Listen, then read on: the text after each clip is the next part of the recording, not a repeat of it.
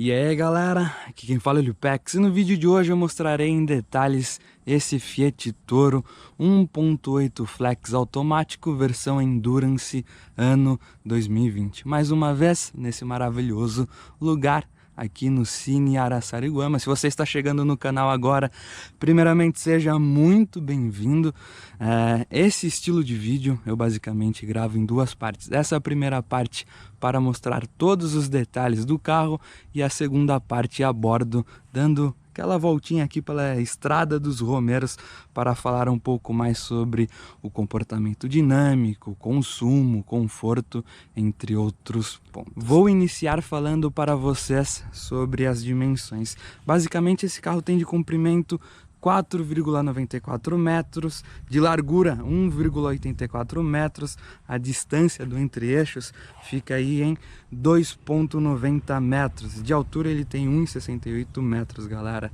Outra coisa que é super relevante para esse carro é o tanque de combustível de 60 litros. Daqui a pouco eu falarei mais outros detalhes da caçamba, entre outros pontos, certo? Então vamos iniciar aqui pela dianteira. É aquilo que eu sempre comento com vocês, design é um ponto subjetivo. Tem gente que curte esse design e tem gente que não curte, né? Quando esse carro chegou aqui no Brasil, foi um auê, né?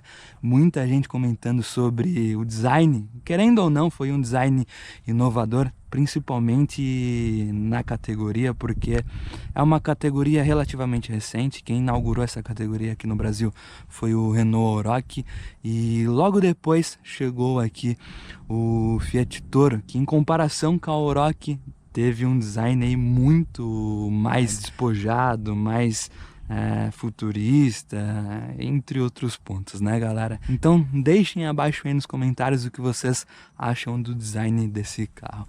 Basicamente aqui, essa é uma versão de entrada, porém automática, não tem opcionais. Basicamente você tem um pacote com 3 opcionais nessa versão. Infelizmente não conseguirei mostrar para vocês. Bem, aqui vamos começar falando sobre esse farol. É um farol separado aqui, galera. Aqui essa primeira parte em LED. Esse carro, pelo que eu pude perceber, ele não tem o famoso DRL. Ele é LED, porém ele não é DRL. Então vale um destaque aí negativo, né? Já que poderia ser DRL. Não sei porque eles não colocaram essa função. Agora não sei se realmente é LED ou uma lâmpada convencional que faz a imitação aí de LED. Aqui o farol convencional com lâmpada halógena, que você tem a opção da entrada do farol de neblina. Esse carro aqui tem o ângulo de ataque ok, na minha opinião, do Renault Oroch superior, é muito melhor comparado a esse. Olhem aqui, galera, dianteira, grade, eu acho bonita essa grade, principalmente essa coloração aqui, ó, no cinza, com esse emblema, o logotipo da Fiat em vermelho, eu particularmente gosto. Então, olhem aqui, tem esse ponto aqui, ó, esse ressalto no para-choque dianteiro, positivo porque em caso de algum totozinho, caso essa peça danifique, você tem a opção de trocar esse aplique aqui, então o custo será provavelmente muito menor. Agora aqui na lateral, como eu comentei, ele tem uma altura de 1,68, ele utiliza um aro 16, um pneu 215/65. É um ponto super negativo, porque se você olhar no configurador da própria Fiat, esse carro não tem um preço nada convidativo, e pelo preço que ele é vendido aqui no nosso queridíssimo Brasa, vir com calota é triste, né, galera? Porque eu acho um investimento muito alto para sequer vir com uma roda de liga, né, galera? Então tem gente que vai falar que é raiz, né? Não precisa disso para bater aí talvez em um sítio, em uma fazenda, para não ter tanta frescura. Mas eu acho que, sinceramente, a redução de custo e não tem nada de bruto, né? Aqui ele não tem repetidor de seta na lateral, não tem no paralamas e também não tem no retrovisor, que inclusive é um preto fosco, maçanetas em preto fosco, coluna blackout. Esse carro não tem rack de teto. Aqui tem esse aplique na saia lateral, freio traseiro a tambor. Eu acho também um pecado, ainda mais tendo em vista o peso desse carro, que são 1.619 quilos, galera. É um carro relativamente pesado e você adicionando aí, carregando 5 pessoas, alguns objetos, esse peso aí sobe muito e talvez você sentirá sim um pouco de falta nas frenagens mais bruscas, né?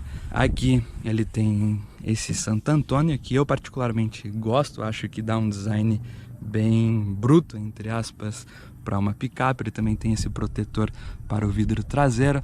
Aqui eles adicionaram uma capota marítima que em altas velocidades em estrada, isso daqui faz uma enorme diferença aí por conta do arrasto, né? Agora vamos para a traseira, deixa eu me afastar um pouco. Olhem só, galera, essa traseira eu acho bem bacana também. Porém, tem um grande ponto negativo que esse carro sequer, na versão Pé de Bois, tem sensor de ré traseiro.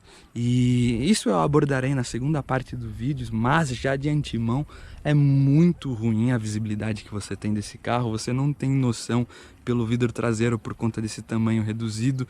E também é totalmente cego aqui, você tem um baita ponto cego aí nessa caçamba. Você não tem noção de espaço, de tamanho, a não ser que você fique há muito tempo, já tenha o carro e tenha se acostumado. Mas mesmo assim, quem falar que você consegue ter uma boa visibilidade, ter uma boa noção dessa caçamba, está mentindo, galera. Aqui, ó, o símbolo da Fiat. Tem aqueles pacotes opcionais, né, que vem com a câmera de ré. Aqui, o sensor. Mas pelo preço de uma Pé de Boi que está sendo vendida, não vir com sequer o sensor de estacionamento, eu acho um baita pecado, galera. Aqui ele tem esse detalhe, aqui esse acabamento, aqui ele tem o emblema identificando a versão do carro, que é Endurance. Aqui também, ó, o nome do carro, Toro, tem esse logotipo gigantesco aqui da Fiat, que eu particularmente gostei bastante. Lanterna, todos aí já conhecem, não mudou muita coisa, ó, lanterninha que invade aqui a tampa traseira e vai aqui até a lateral. Então vamos lá, que você tem o botãozinho, ó, dá um clique e ele faz a abertura. Antes o step fica aqui abaixo, não sei se vocês conseguirão ver, e um ponto positivo é que esse carro tem suspensão traseira independente, ó. Não sei se vocês conseguirão visualizar, deixa eu avançar um pouco, olhem só a sujeira. Vamos lá. Opa, tocou o alarme aqui, hein, galera? Pronto, aproveitando para mostrar a chave, ó. Aqui é um ponto que muita gente se interessou, que teoricamente revolucionou aí o estilão da categoria, que é essa abertura da tampa de forma lateral. Tem gente que gosta e tem gente que não gosta. Galera, tem os seus pontos negativos e tem os seus pontos positivos. O ponto positivo é isso daqui, ó. Você consegue se aproximar muito bem aqui da caçamba, manusear o que você for carregar, um objeto, talvez uma bike, algum material de construção, X coisas aí que vocês conseguem carregar. Então você tem essa facilidade no manuseio. Deixa eu abrir novamente porque vai apitar se eu continuar aqui. Outra coisa que perde, por exemplo, comparado com a Aurok, que tem a tampa convencional, que desce, é que você não consegue, por exemplo, se aproveitar do extensor e carregar uma motocicleta, uma bike, que você aproveita a dimensão aqui, a extensão da própria tampa, faz aquele suporte e aproveita, né, galera? Infelizmente, isso daqui você não consegue. Então, por exemplo, um prático aí, se você precisar carregar um sofá, provavelmente, se você não colocar ele de forma inclinada, você não conseguirá aqui. Coisa que na Aurok você conseguiria se aproveitar da tampa convencional. Nem tudo são flores, né? Uma pausa, olhem só que bacana. O clube da Harley aí. Então, continuando, essa caçamba possui 820 litros. É um ótimo tamanho, dá para carregar muita coisa mesmo. O bacana é que ela tem 4 pontos inferiores e 4 pontos superiores de fixações, então você consegue, deixa eu tentar tirar aqui, ó, travar alguma coisa, prender, se aproveitando dessa argola aqui, galera. Que legal, ó. Símbolo da Mopar. Deixa eu fechar aqui. Engraçado que não tem como, né? Entra terra pra todo lado. Então é basicamente isso aqui. Então agora vamos para a parte interna. Olhem só. Aqui também tem essa travinha que você consegue fazer a abertura. Fechada. Agora na parte interna não tem muito o que falar para vocês também, ó. Acabamento convencional, acabamento em plástico, ó. Detalhe da maçaneta em cinza, como se fosse um aço escovado. A caixa de alto-falante, vidro elétrico. Você tem um pequeno porta-objetos ou porta-copos. Cabe basicamente uma garrafinha de 500. Aqui 3 apoios de cabeça, cinto 3 pontos para todos os ocupantes. Reparem o tamanho do vidro, o quão pequeno. Mas isso é uma característica de picape, né? Não tem muito por onde fugir. Aqui, ó, a padronagem do banco bem sóbria. Eu particularmente gosto bastante dessas colorações mais voltadas para o cinza. Isofix. Agora vamos entrar aqui para mostrar para vocês o espaço interno, como os ocupantes traseiros se comportam aqui. Regulagem feita para mim, como eu sempre comento, eu gosto de dirigir bem próximo ao volante. Tenho mais ou menos aí 1,75, 1,76 de altura, e essa é a distância que sobra entre os meus joelhos e o banco do motorista, basicamente aí 5 dedos. É um bom espaço, galera, ainda mais observando a categoria, picape. Eu particularmente acho bem ok. Nesse ponto o Fiat Toro ganha aí disparado comparado com o Renault Oroch. Essa versão não tem o difusor de ar traseiro e também não possui a tomada 12 volts, a tomada USB que as versões superiores possuem. Certo? Aqui, alça de teto, dá um banho aí na Volkswagen com iluminação, olha que legal. Um clique, você liga ou desliga. Então agora vamos para a parte dianteira principal, né? E outra coisa que eu acabei me esquecendo de dizer, a inclinação e a espessura do encosto traseiro não são muito voltadas ao conforto, galera. Então tem esse ponto. Aqui você descendo o banco, conseguindo rebater, você tem acesso ao macaco do carro. E se eu não me engano, ali embaixo, ó, está aqui, fica o triângulo. Deixa eu fechar direito. Pronto. Acabamento da porta dianteira, bem parecido com a porta traseira, com esse adicional aqui, ó, esse pedaço em tecido.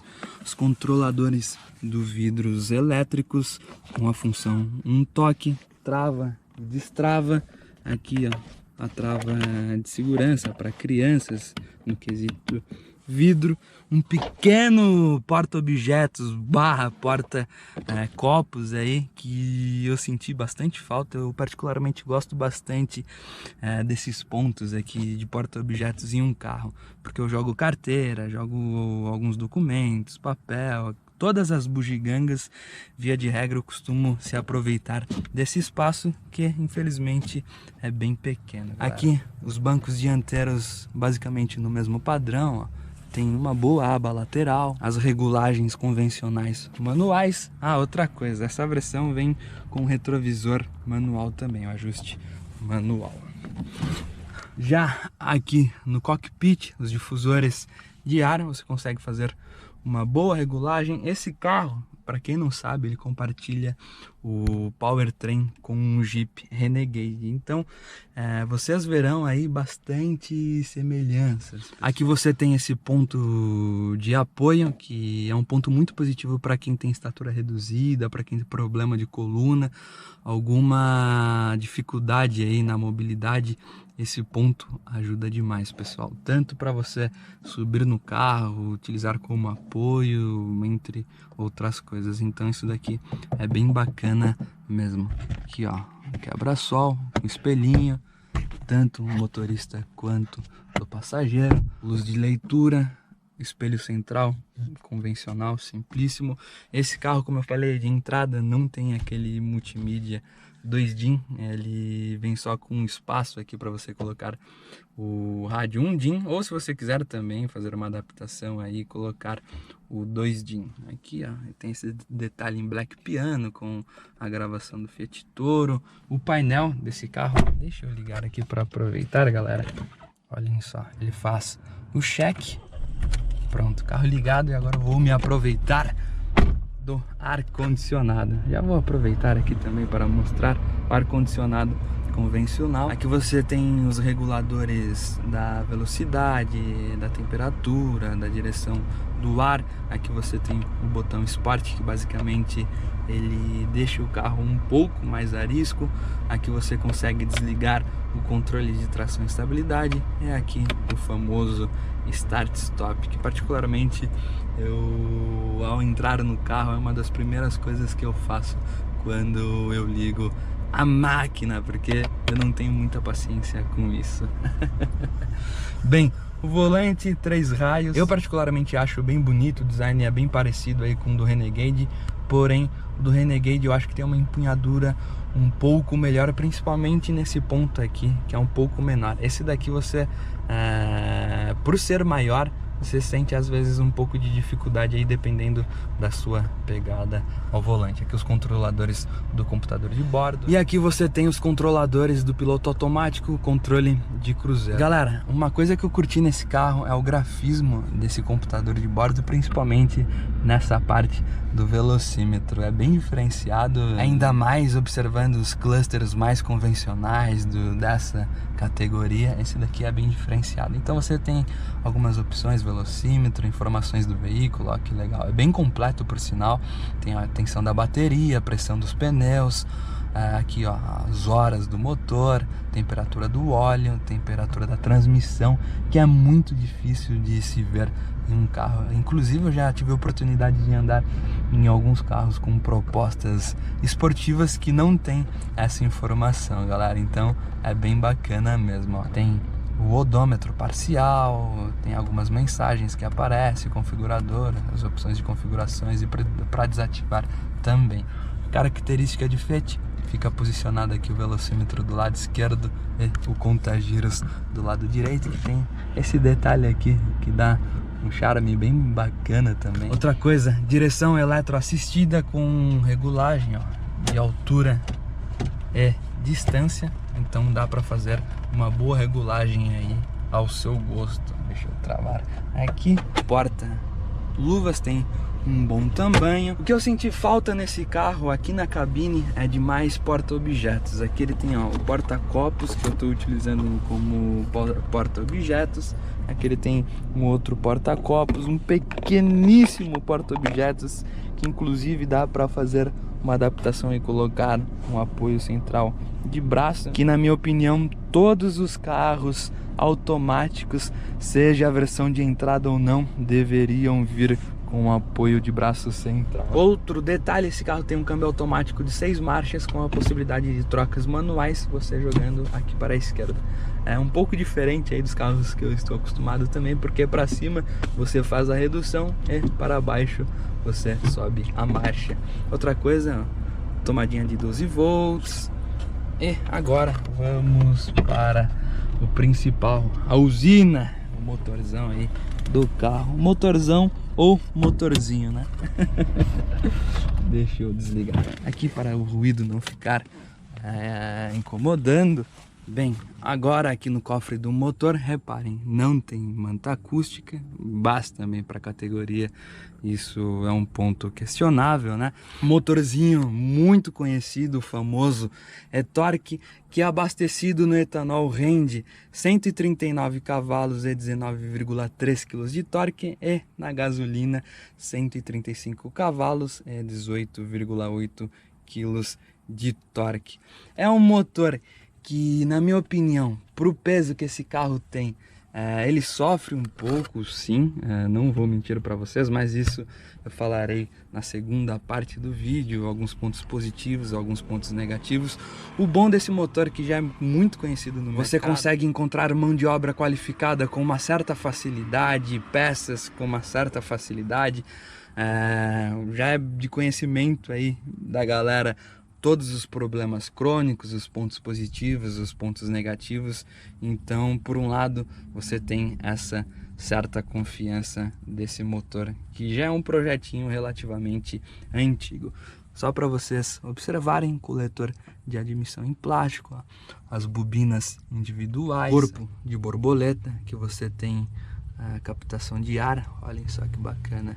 Ele fica posicionado aqui, ó, o filtro dentro dessa caixa, e por baixo ele faz a captação ali diretamente da caixa de roda. Então, em altas velocidades você consegue dar um bom fôlego para esse motor. Vou mudar o trajeto aqui um pouco de início. Eu gravei aqui na parte de baixo, vou fazer esse retorno aqui para tentar demonstrar para vocês um pouco como ele se sai em uma situação como essa, estradinha de terra. Vamos lá, dar uma aceleradinha.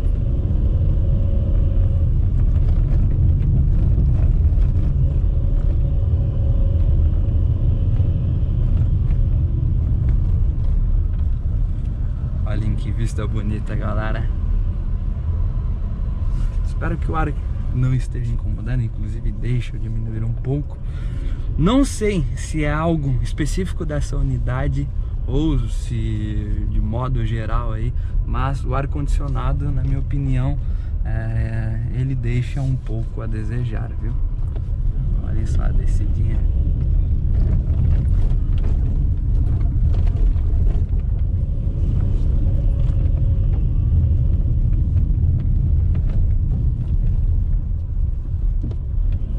Vamos aproveitar essa aqui.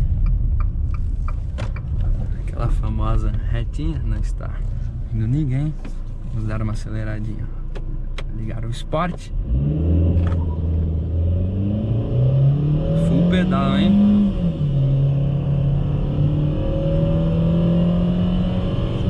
– 67 km por hora. Ó, manual. Para baixo você sobe marcha, para cima você desce marcha. É um pouco confuso, né? Estou acostumado com os câmbios que fazem de maneira inversa, galera. Essa função Sport, o carro fica um pouco mais arisco, o giro fica um pouco mais elevado, a sensibilidade do acelerador também. Não sei se vocês conseguiram perceber, mas um ponto super negativo para esse carro é no quesito aí, ruído, galera. O motor em si, principalmente em giros mais elevados, invade muito o habitáculo, então chega a ser em determinado ponto um pouco incômodo, galera. É difícil, eu não sou expert nessa categoria de carro, nem é uma das categorias que eu sou mais acostumado. Olha só, redução, segundinha. Vamos dar mais uma aceleradinha. Reduziu para a primeira, já jogou a segunda.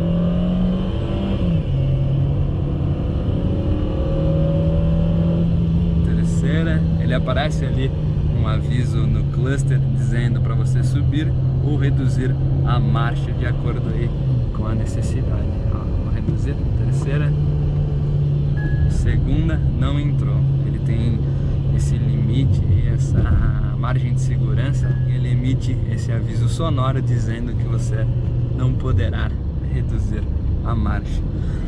É aquilo, não sei se vocês conseguiram perceber por esse início de vídeo, a relação peso e potência desse carro não é muito boa.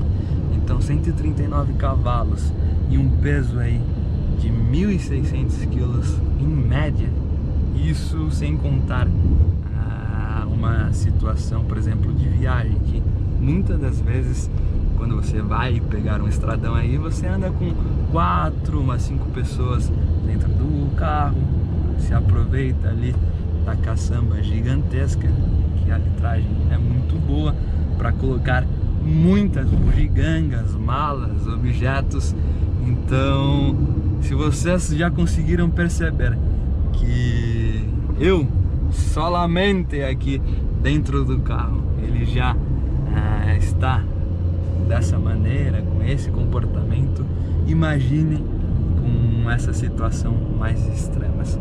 Galera, é aquilo, temos que entender qual é a proposta do carro, temos também que entender a categoria do carro. Não tem como comparar com um SUV, principalmente essas novas gerações de SUV downsize.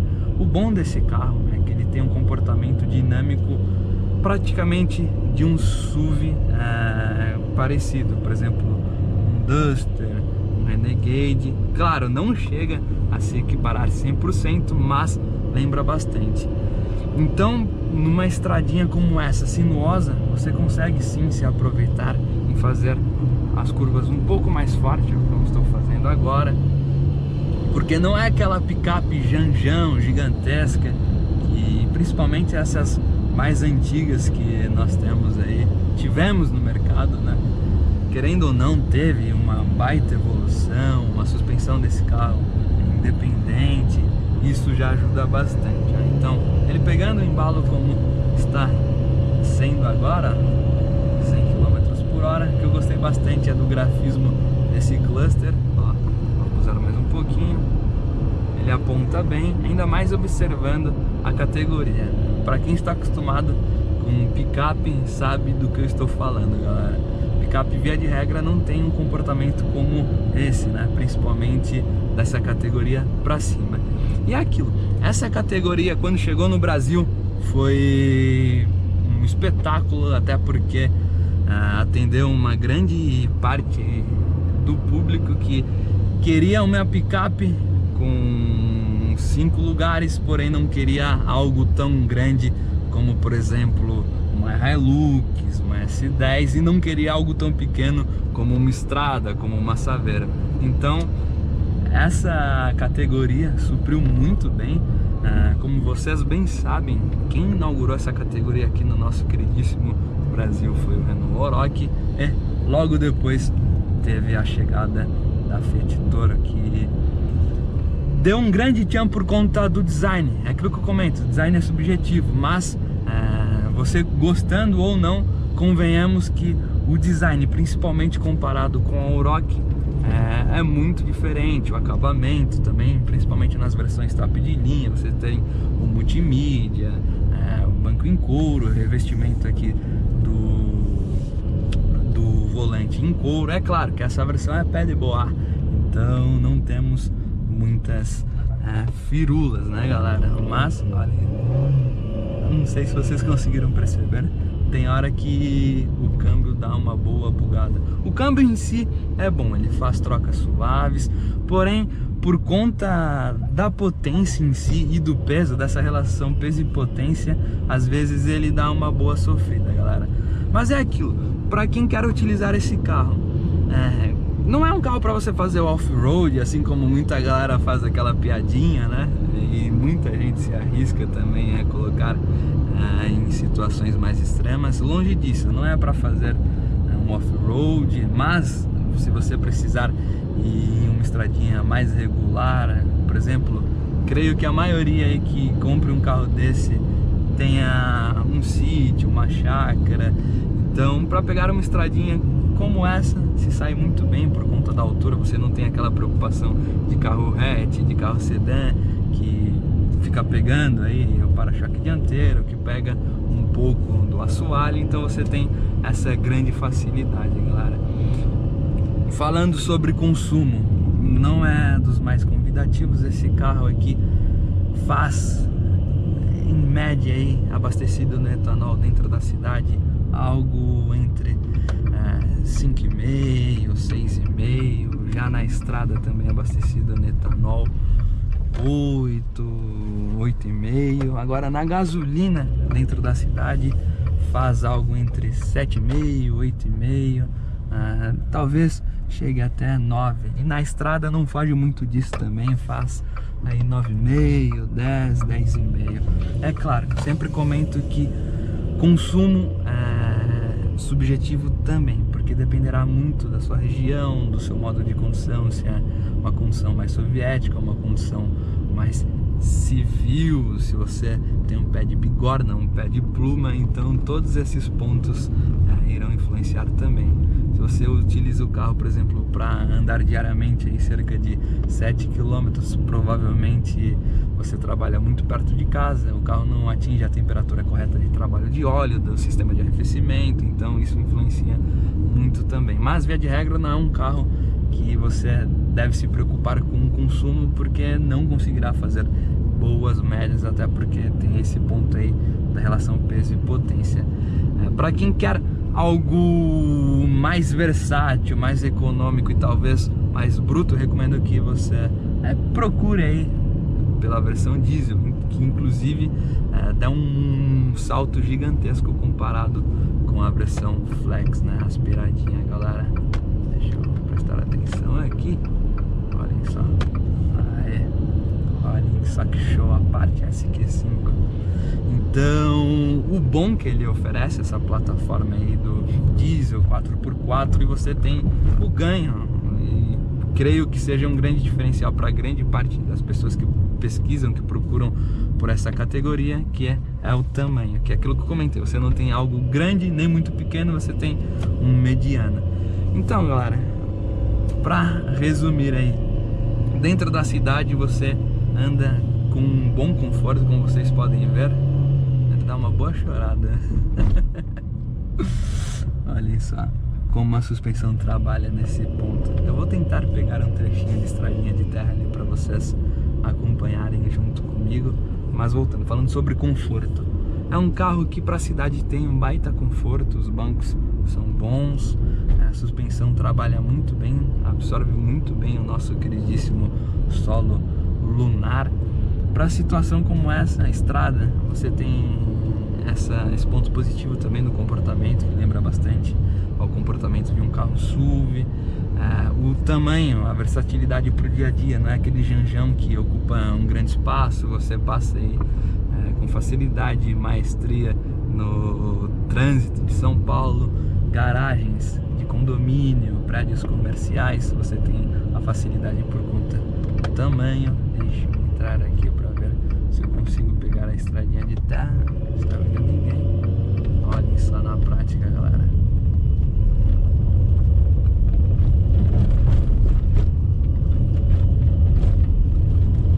A suspensão trabalha bem, isso é um fato. É aquilo, você não pode querer exigir que um carro tração dianteira encare poças gigantescas d'água, lama e chuva para fazer um off-road pesado. Isso infelizmente você não conseguirá fazer, galera. Ia testar aqui, mas infelizmente tem essa guarita, propriedade particular. Deixa eu dar uma ré. Ainda bem que eu estou dando essa ré.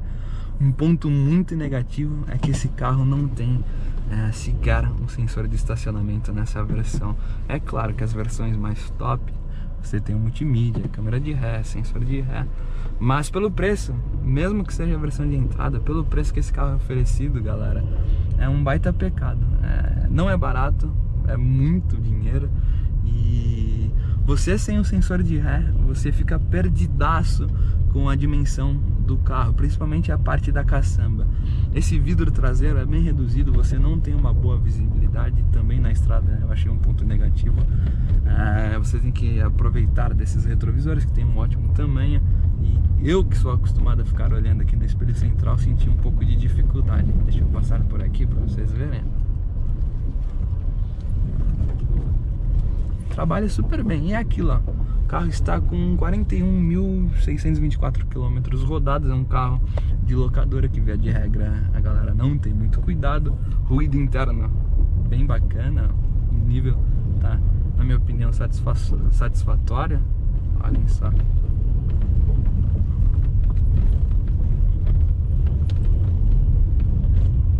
Show. isso aí, galera. Acho que eu comentei grande parte do interesse da galera que está pesquisando por um carro como esse. Deixa eu fazer o manualzinho aqui. Vamos lá. Essa parte do ruído, galera, mesmo no manual, como vocês puderam perceber, ele faz a troca. Olha o quanto o carro está chorando, gritando, e a velocidade baixíssima que eu estou, 70 km por hora. Sendo sincero com vocês, eu sempre tento ser o mais imparcial possível, principalmente nesses vídeos que eu faço sobre as minhas impressões. Hoje, olhando o mercado dessa categoria em específico, eu acho que o Renault Oroch é o melhor custo-benefício. Dá a impressão que ele é menos frescurento, é mais robusto, entre aspas. Eu já tive a oportunidade de conversar com algumas pessoas que já tiveram ambas, e muitas pessoas confirmaram que para trabalho a Oroch se sai melhor por conta do ângulo de ataque, da facilidade, da robustez, principalmente da tampa aí, que é bem bacana também. Já outras pessoas que preferem algo mais sofisticado, se assim eu posso dizer, partem para a Toro, porque querendo ou não, sabemos que na categoria picape, acabamento interno, os detalhes, via de regra, não tem um bom material, não tem um design bacana, e a Toro aqui consegue suprir bem esse ponto, galera, certo? Então é isso aí, espero que vocês tenham gostado do vídeo. Para quem não é inscrito no canal, se inscreva. Para quem não me segue no Instagram, siga lá, @Lipex no lugar do I é o número 1. E até o próximo vídeo, valeu e falou. E se vocês tiverem alguma dúvida, alguma sugestão, ou quiserem compartilhar alguma experiência sobre esse carro, fiquem à vontade para comentar abaixo. Apontando, abusando mais um pouquinho.